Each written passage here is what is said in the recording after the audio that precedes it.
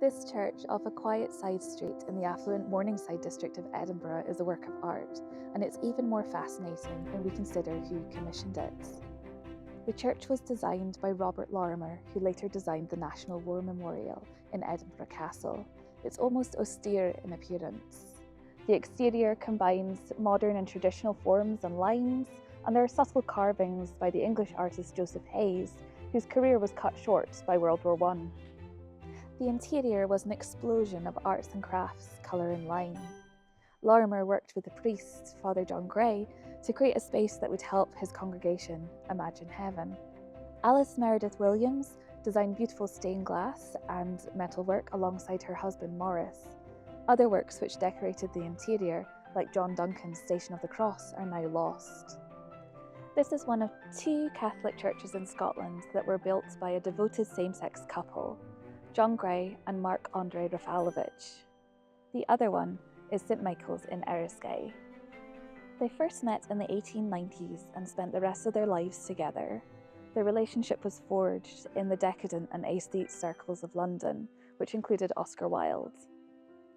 On the surface, they seem like an unlikely couple. Raffalovich was a Jewish Russian aristocrat born in Paris who wrote poetry and books about homosexuality. Gray was the son of a carpenter who got his first job at age 13, and he taught himself literature, French and German in his free time, and he was later a published poet and translator.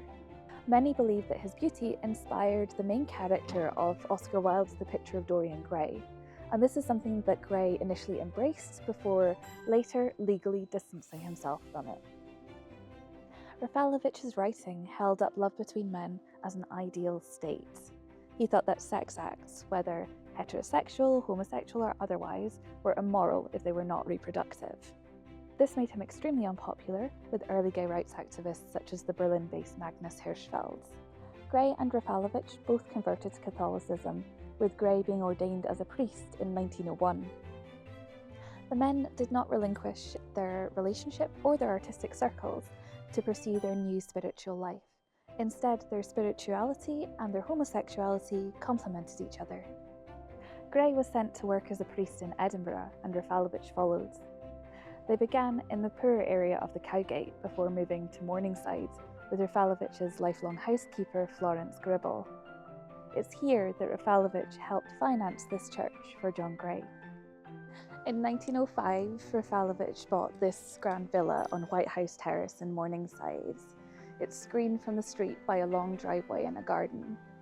There were still echoes of their decadent days in this Morningside villa.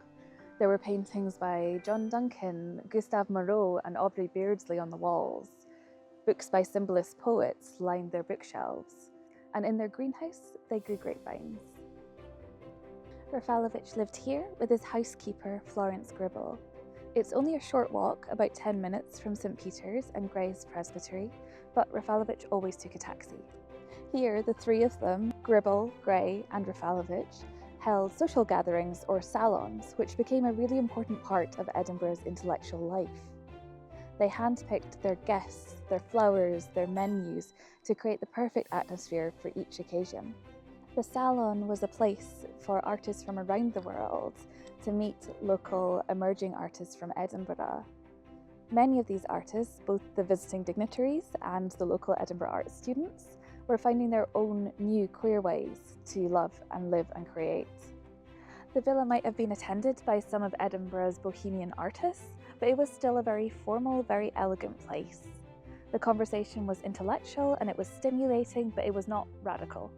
So Compton Mackenzie was politely discouraged from talking about Scottish nationalism, and women were expected to retire after dinner and not to take drinks such as brandy that were considered masculine. By the time they were entertaining a new generation of Scottish artists in the 1910s, their gatherings were considered more quaintly Victorian than shocking. One visitor noted that being there felt like acting in one of Oscar Wilde's plays, produced by Cecil Beaton in slightly off-period costume. But however increasingly dated the salon appeared, it remained a key site for Edinburgh's creatives to meet, explore new ideas and make connections. The salon was not their only contribution to Edinburgh's cultural life.